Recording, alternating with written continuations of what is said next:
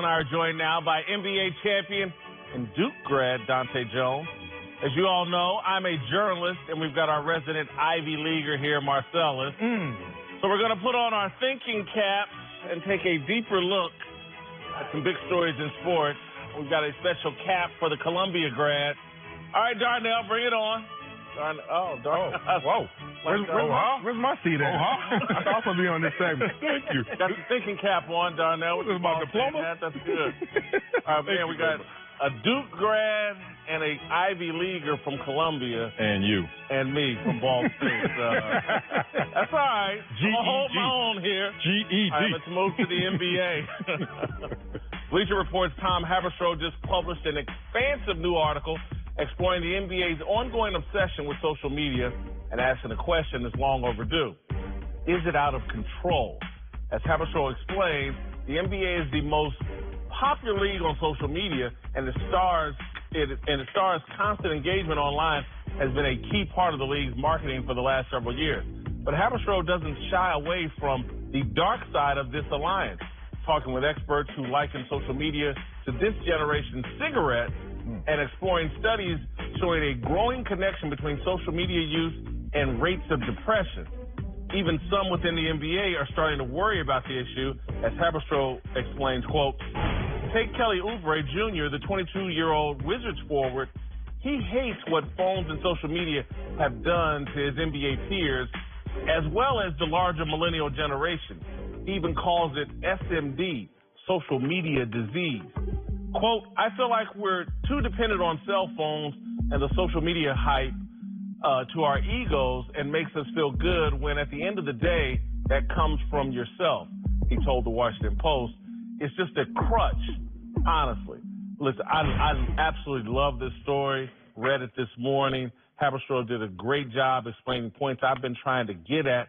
I think at some point the social media bubble is going to burst, and I think the NBA has made a mistake connecting too closely with social media. I think Adam Silver and the NBA have gone all in on social media, and I don't think they understand the negative ramifications and the influence it has on the players. This story was amazing, talking about some of the sleep deprivation, but also for me, we'll just start here. I just think social media creates a false sense of reality, and I think that's dangerous for all young people, NBA or otherwise. For me, I love the story. My sentiment is social media is an app. You log in, you log out. I don't take all the poisonous experiences that come from social media that a lot of this article was talking about. The greatest attribute I've seen from athletes is how we are able to compartmentalize. That means something could go bad in the morning, I could go show up for the games, and then I got to go back home and deal with that bad situation. Everything's in moderation, including moderation, brother. So, you know, a guy like me could put it to the side, but... Hold on, Marcellus. I want to stop you before Dante. I love his cigarette analogy. And I think if we went back to the 1930s, 40s, 50s, 60s, people would say, well, I don't smoke. It's no problem. I don't smoke. And then they went on to explain, well, you know, there is secondhand smoke. Yeah. And that's a problem. And so I think there are unintended consequences of social media that you don't fully realize and are a bit in denial of. I think it's naive to think even people that aren't on social media, I believe, are affected by social media. Well, if you get on your app, I'm not feeling that. I mean, you know, nothing's coming through the air that's going to affect me, but you tell me about that. For the athlete today, I think you're right. It's getting out of control, especially when you have a general manager losing his job over burner accounts. Like we have somebody losing their job over trying to see what other people are thinking and trying to disseminate information. What the negative effect it's had on the subconscious of the athlete, because it takes away your natural ability to just go out and play. Now you're playing for approval, and I'm not saying that you're taking it directly on the comments, but it works on your subconscious, and it puts you in positions where you just can't be you anymore, because you're dealing with the negative boos that were a collective boo, as I said before. Now they have a face. Now they have language to them. Now they have a full opinion. And we tend to try and look for, as athletes, look for positive reinforcement that we're doing the right things. And the worst thing is the search tool, to be able to search your name, because once you open that up, then you open up the floodgates of things that you may not have ever thought about before. So the athlete's mental health is what's being attacked right now. And you're absolutely correct. Moderation is the key. They have companies that in that article, which was an amazingly written article, that are trying to show you how to use it for a positive. And I think with those tactics and being able to show how performance is being affected, you can help the athlete adjust and use it in moderation and use it for what its purpose is, because most athletes are not mentally strong enough to use that in a positive form. Yeah, it's interesting. Look, most Americans are not. Yeah, well, it strong depends on your personality. If you have an addictive personality, do not log on, because it's going to be a problem. Even J.J. Redick talked about it. He had to give up his watch collection because he's a guy that goes to the extreme, and he dealt with this in social media. But Marcellus, I think you think that if you don't have an addictive personality, you can't become addicted to your cell phone or social media. I disagree. I think it's like crack cocaine. If you try it once, no matter, regardless of who you are, there's a chance you could become addicted to it. And I think these guys in Silicon Valley and these tech companies, they talk about dopamine and what's going on in your brain and feeding and people interested in likes and things like that and what that does to your mind. The people that have created these apps are smarter, far smarter than the people that are using them. Yeah. And so, I think that you think there's somehow it's all within our control. Well, I do think that. You know why? Because, look, the cliche goes, the easiest way to resist temptation is to avoid it. But the best way to resist temptation is to overcome it. So I look at a situation like this, like I'm not going to blame the desired. I'm going to tame my desires. If I have an infidelity issue, I'm not going to blame Brazil. I'm not going to say, oh, you know what, Brazil's the problem. Because you can go around the corner and go get that. The thing about the situation is to start to look internally and see who you are and what's your mental makeup. If you have a positive mental makeup, as Dante said, every game I ever played in, someone was cheering for me and someone was booing me. Every single game. As a fan, as a retired player, now I go into the stands as a commoner and I hear they're not booing and they're not necessarily cheering. One dude's cursing my mom out. One dude's cursing somebody out. Like, it does have signatures now. But that's how the game's always been played. What's so different now? But I don't think you take into consideration that everybody's not built like you. And I think you know that you're mentally stronger than most of the people you play with on your teams.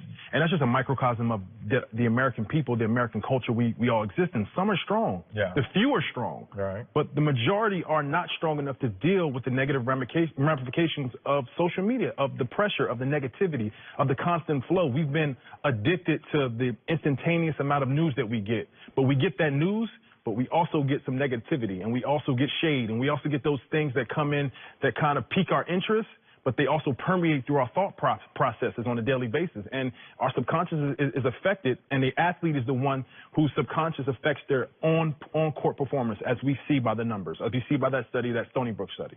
I think this particular issue, to go a bit deeper here, and maybe a bit more controversial, but it's just factual. I've seen Jason Witten now write an article for ESPN talking about NFL players and the addiction to social media. Now I'm seeing J.J. Redick as the face of this story, talking about he's getting off Twitter and there's a problem in the NBA. These are two white athletes disconnecting. And there is a particular problem, or the black Twitter phenomenon, I think is really strong for black athletes. And we have made black Twitter a part of our culture and a part of our cultural pressure. And I think it's unhealthy, because any communication that you're not having direct one-on-one, that actually someone else is in control of the communication. Because, again, Twitter is not like the telephone. Twitter is not like me and you sitting here. There's a third party that controls what you see and how you perceive what you see. There's people in Silicon Valley that are really in control of black Twitter and what people see as the pervasive black thought. And if you understand anything about Silicon Valley and those social media companies, they don't have black people working in them at all.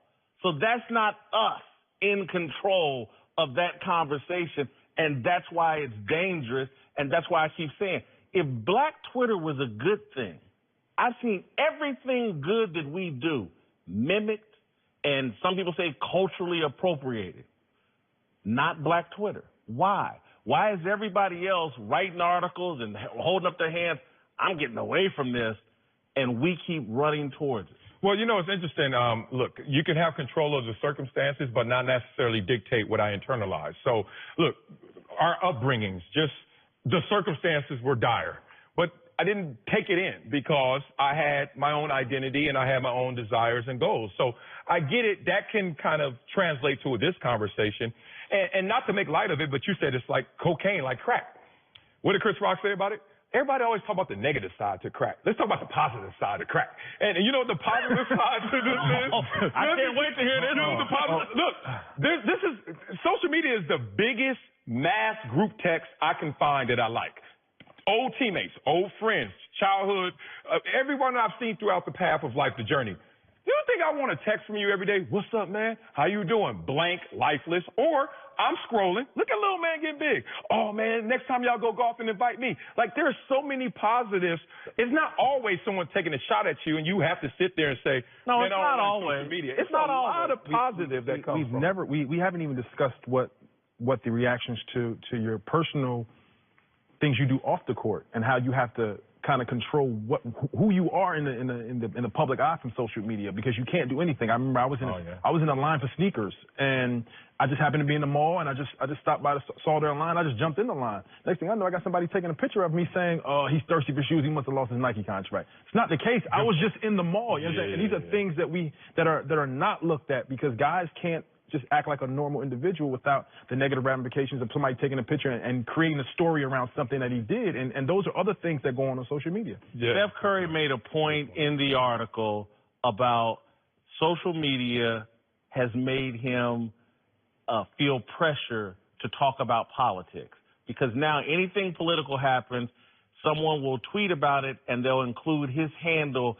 in the tweet. And that, again, is why I think we've seen so many athletes, because it's like we think every athlete, damn near now, particularly black athletes, we don't ask white athletes to get involved in politics. But, again, because of this Black Twitter thing, all of our athletes are being pressured to have strong political beliefs. And not everybody has them. Mm-hmm. And, again, I'm someone that, again, it drives my family crazy. I try desperately to stay out of politics, because I'm not an expert. It's not my passion. I don't trust politicians. I don't believe they're honest. And so I've tried to stay out of it. But there's so much pressure. Get involved, get involved, get involved. And so that's where my frustration comes. I'm like, I'm seeing people that I know aren't that informed, aren't that passionate about it, but they're piping off over social media because it's a way to get retweets, likes, and blah, blah, blah. And it's unhealthy. I heard you say pressure several times. And Coach used to always say to us, pressure is self-imposed. So, I mean, look, there's always going to be a cloud and a culture, and there's always going to be the theys, as DJ Khaled calls them. Like, there's always this voice around us that says, do this. And then Coach is like, do you? So when you log on, there's a responsibility with it. It's not just free-flowing like I guess some people think it should be. It's forcing athletes to be stronger mentally and to be more in touch with who they are. And I think that's where training needs to go towards the athlete. I think the different organizations need to take time and to train these athletes on the mental part of them, because as we see bullying is at an all-time high, you see athletes are folding into the mental health conversation because they are struggling. So I think the NBA, NFL, MLB need to take time and to strengthen the minds of the athletes and teach them how to use social media, because it's like a gun. It's not the person. It's not the gun. It's the person using the gun. All right, stick around, Dante. LeBron James debuts tonight in Los Angeles. He's got a reputation for being hard on coaches. We'll get into that.